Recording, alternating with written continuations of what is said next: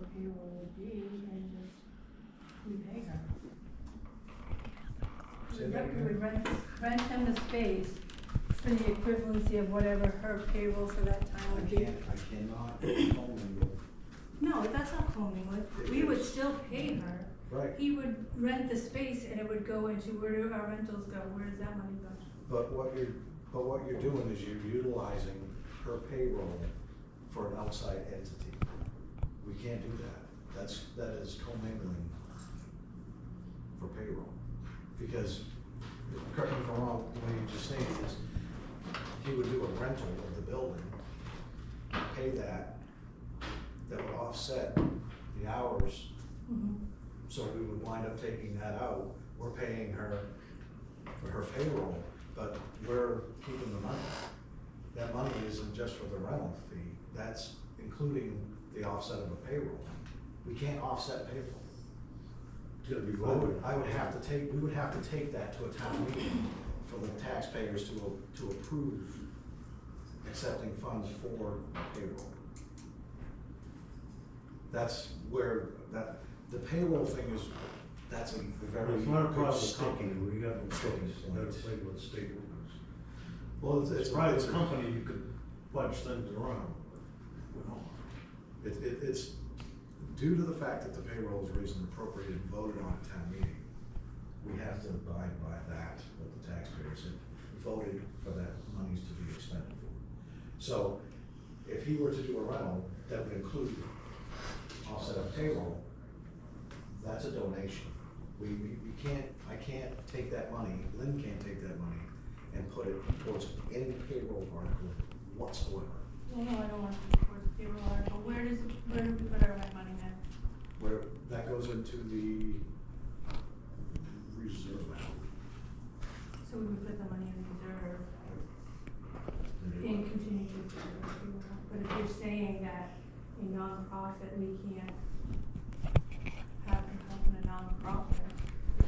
I don't think he's saying you can't help, it's just I can't pay her payroll. But I think what you're trying to say is, it's more of a bottom line, is kind of what I was saying. Like if I just donated the money, you didn't put on the budget line item, you're not putting it towards her salary, but it's just more money you have in. But this is, reserves. this lies the problem. She's working for another entity. Right. That's not what she was hired for, that's not what the taxpayers voted her payroll for.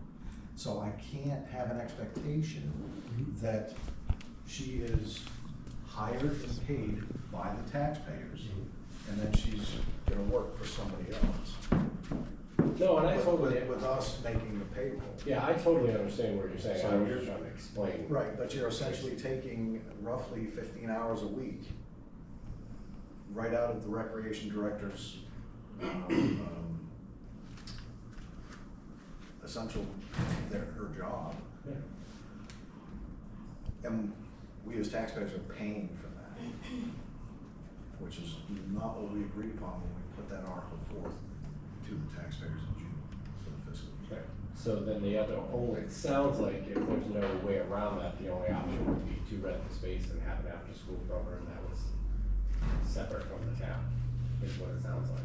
To me, that's not what I wanted, but that seems like the only option that I can do with the town because of payroll.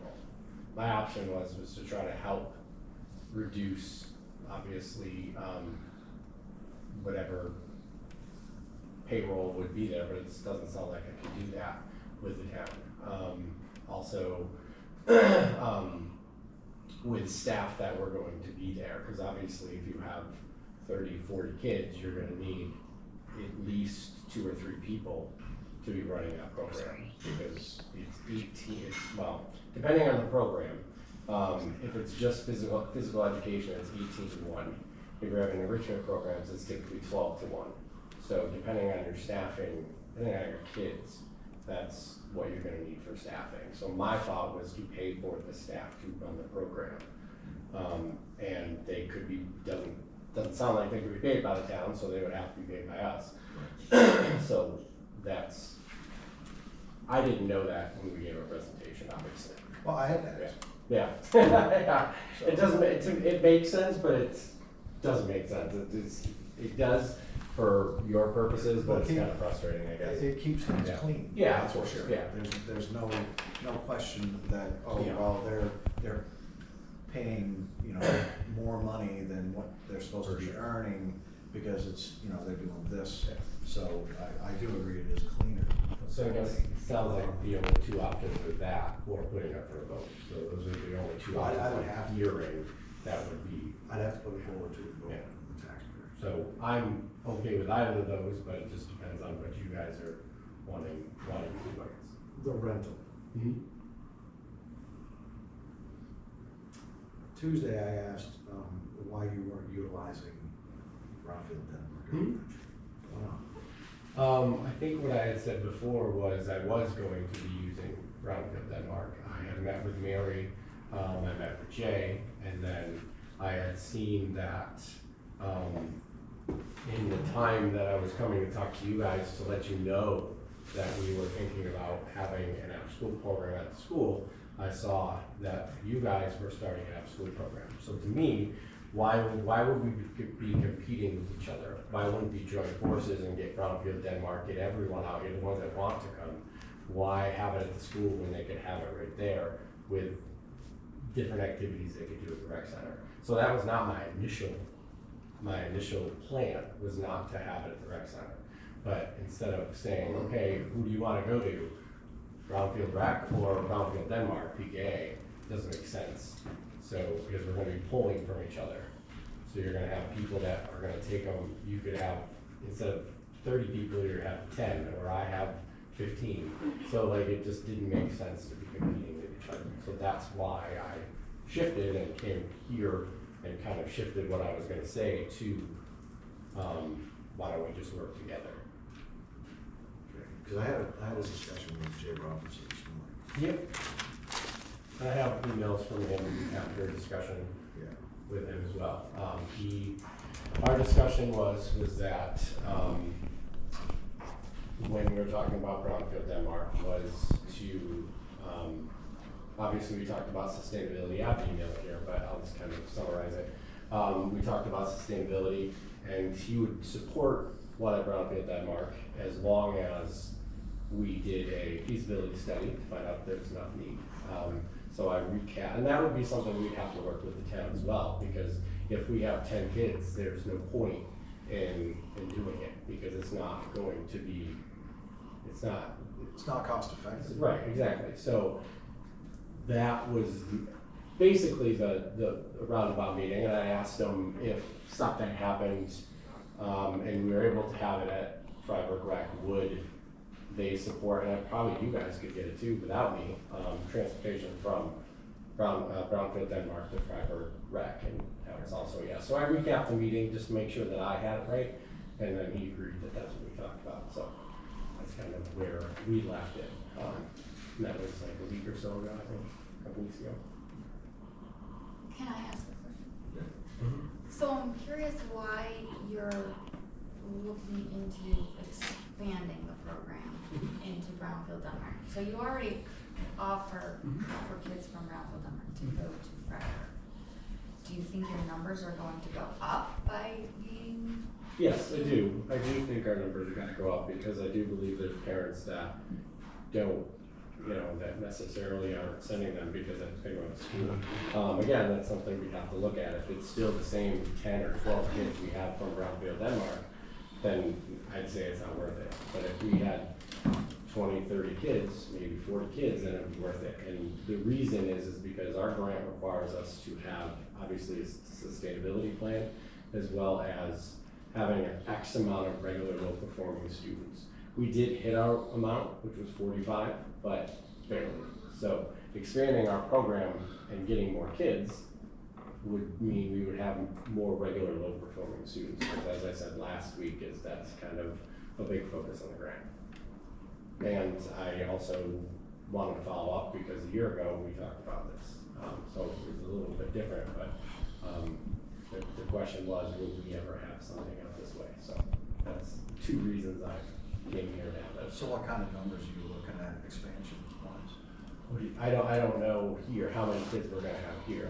That would have to be something, if it was possible to work with the town, we would have to look at that. Well, won't that reduce your numbers going to Montauk currently? Yeah, for sure. I'm sure some might not. I have a couple Denmark student parents that I've talked to that makes more sense to pick them up in Maliaket, so it They're coming home could, from work, for because it's sure. about that time. Yeah. I think late pickup is 5:30. Yeah, Yeah. so, well, Yeah. our pickup is 5:30 regardless, Yeah. not late or anything, but yeah, so there are some kids that probably wouldn't go to the Freiburg or the Brownfield Night because their parents, it just makes more sense. But I do believe it would, in my brain, I believe it would, but again, I have to put it on paper, we would have to do some sort of study to find out if it was working. And if it's not, then we wouldn't move forward because it just doesn't make sense. Like how many kids, how much does it matter to parents if it's there or here? Is it, is there more kids, things like that. Could you do a survey for that? That would be the plan, would be to do a survey and talk to the parents that we currently have and kind of, and have the survey sent out by the school so there's more visibility because we have the contract with the school, so to kind of get a better feel of, and not just put it on social media, but Right. put it in people's inboxes. Yeah, they got that login thing, Yeah. something. So when do you think startup would be? It could be, the longer obviously we talk, and which is Right. great. I love the questions and I think it's amazing. And I'm happy to answer the questions. It really depends. I talked with the board last night and they fully support this as long as it makes sense. So it's something that I would have to bring back to the board because they're my boss. And I would have to bring back that survey. So I imagine the survey would be out for a couple of weeks to figure out if it makes sense. But I didn't want to put in all the legwork if the town was going to say no. Like it just didn't make sense. But you're saying you still have the option of Brownfield Denmark, so it sounds like you have to do that survey no matter what. No, yeah, yes and no, because I halted it because of this opportunity, this possible opportunity to work collaboratively instead of doing two separate programs and pointing for each other. So I wasn't going to do it until I heard from the town, because it does, I'll be honest, it does make a little bit of a difference if there's two after-school programs point however many miles away or a mile or two away. So so that's kind of where I'm not gonna send it out. I don't know if I'm gonna send it out if the town turns it down. I probably will, but we'll see what happens. But I didn't wanna put all that legwork if the town decided not to do it. So, what do you have for staffing, like, somebody said that you had, teachers staffing, or? Yeah, we would do the same, well, we don't have them staffing it, so with this grant, there's 6 goals. One is academic improvement is part of the goal. We meet that by having a certain amount of time set aside for students to, have the homework if they have it. They don't get much homework these days, I don't think. Or tutor them in certain areas where they might have need. I work with a curriculum coordinator over there, and I know what needs each student has. So if their reading scores are low, they're reading math. Are those certified teachers? Yeah, they're teachers at Maliaket School. Yeah. And what I would probably do if it was approved is reach out to Brownfield Denmark to get some of their teachers since it's closer. We have probably 10 teachers at Maliaket that wanted to work to get a little extra hours. So I don't see a big concern of getting some teachers to work here, but it's something I would have to fill in. Then right now we have 4 staff. We have 4 coordinators at this point for our summer program. A little overstaffed, but it's better than being understaffed, I guess. But typically we have 3 coordinators for our after-school program, plus our providers that come in, usually between 4 and 5 to do additional activities, which is like 10 hours. We do woodworking, things like that. So we have contractors that come in and do that stuff. They have to be fingerprinted, background checks, all that stuff with the school. So it depends on how you do it there. There's a health and wellness portion, so, which means they do physical activity, so we have to have a set amount of time to like gym time or outside time or, you know, things like that. You can kind of fudge that a little bit if they're outside, you know, walking. So, but typically that has to be, that has to be in there. The educational enrichment, those are the programs I talked about, and I leave them pretty much open to my staff. So my staff they pretty much pick what enrichment activities they want to do, whether it be Lego robotics or chess, things like that. Like I said before, woodworking. We do cooking on Fridays where the kids. We're trying to get volunteers so we bring more kids, but the kids cook for the parents. So they bring meals home that they cook for the parents on Fridays. One of our coordinators. Really exciting.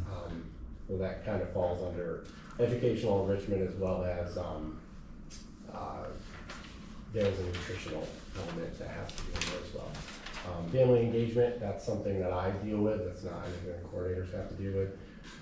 We're having a cookout next Friday or next Thursday for our end of the year thing for all the parents. That will be a family engagement thing. And then we talked about sustainability, professional staff development. My staff goes through trainings now, paid for through the grant, to kind of get obviously up to date on how to, I don't want to say deal with, but, you know, handle children effectively. So they have to do that, a certain amount of those a year. So that's kind of what it falls under. The RFP was like 100 pages, so I wasn't going to bring it out, so I just turned out just the one page that kind of says what we had to do. The academic aspect is huge for me because we have so many underperforming kids. Do you know how your program has helped kids? Is there testing that's done or? There is. I won't know for 100% until the middle of, I won't feel comfortable giving numbers until the middle of this year, because when they get tested again in the fall, I believe fall or winter time, they get tested again, then they get tested in the spring, because it hasn't been a full year of the grant. According to the teachers, they are, but I need to see the raw numbers. Similarly, what I did with the surveys that we received from the Department of Education, the behavior surveys I talked about last Tuesday. But once those metrics are out, then I will know. I mean, we all know the state of Maine is, I mean, some surveys say 46, some say 50 in education and in the country. So this is a program that helps outside of school in kind of a fun way. When my kids were little, we used to have to go to Portland or Conway to help get them tutors or get them help. So having help here in town would be a huge asset, I think, to kids.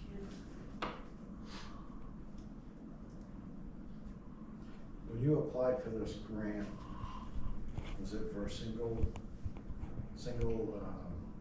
location or multiple locations? It's single or multiple. I would just have to talk to my specialist, and it's for both. So the grant itself, when it originally was for Molly Rocket and then to come in, but you can apply for it for multiple.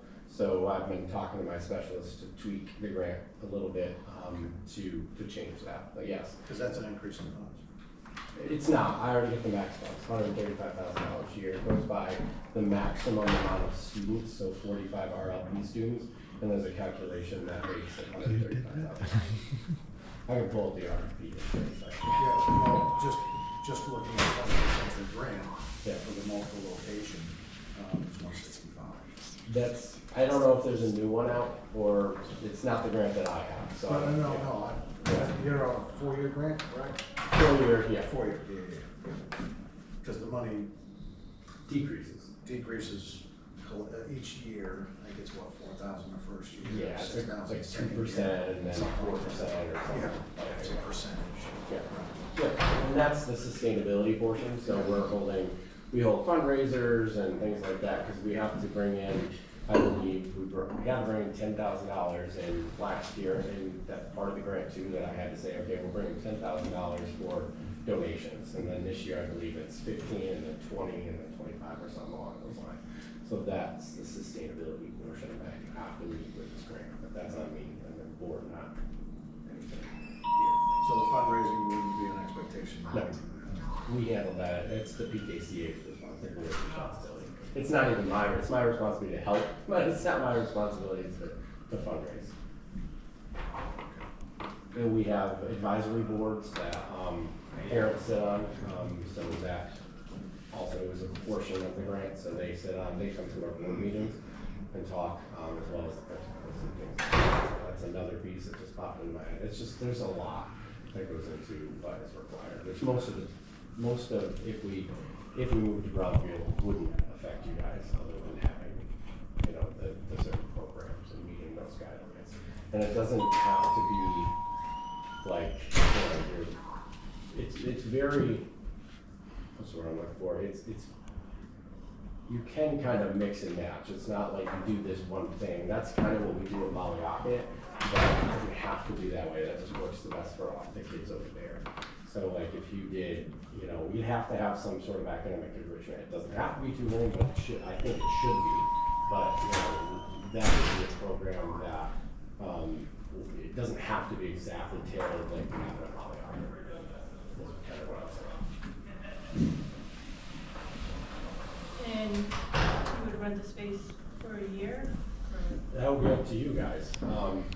We could do as little as a year, we could do however, if it didn't work out, it didn't work out. We could just walk our separate ways, or we could, you know, however it wanted to work. That's totally up to you guys, and then I would have to obviously take something back to the board to have them approve of anything. It would be something that I could be like, yeah, sure, you just sign. Like that, we would have to have things done. I'll answer some. It is. Sometimes it's a lot of schools. Yeah, that's true.